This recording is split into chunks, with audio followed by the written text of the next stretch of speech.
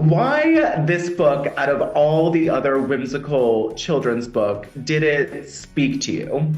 Well, I wrote these three little stories, and I suppose, they're just like personal. You have a little idea, and often when you think of an idea, I've always wait for a year and see whether or not it means anything. And the stories in this movie, I love the idea that kids would actually organize a better Christmas than adults.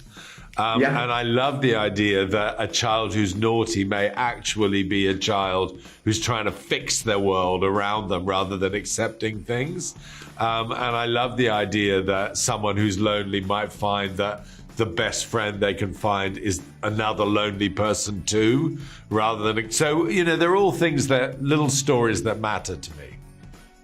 I cried happy tears. And I love how Santa isn't even involved. It's a very human story, about these characters. Was that intentional for you to sort of get to what you wanted to convey for the holiday season? Very much. I mean, I think one of the great things about animated movies is they can create the most amazing world of animals or robots or everything like that.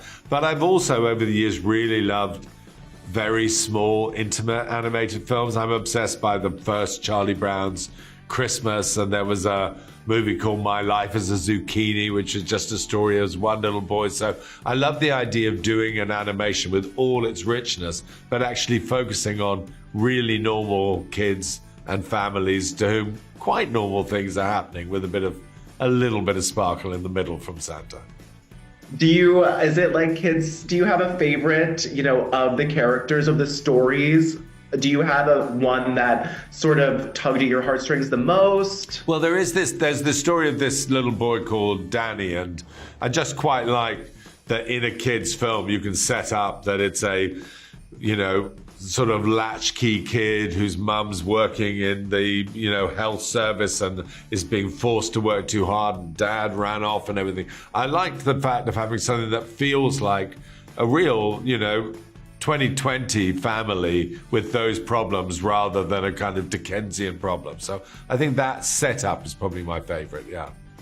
It felt very, 2020 felt very new, felt very inclusive. Was that very important to you to have sort of everyone be able to see themselves in these characters? Yeah, I think so. Very much so, and sometimes I've done things in my past films and I look back at them and think, oh, I could have and should have done better there. So I think, it's really important to me to reflect the world we live in and the complexity of it and the diversity of it.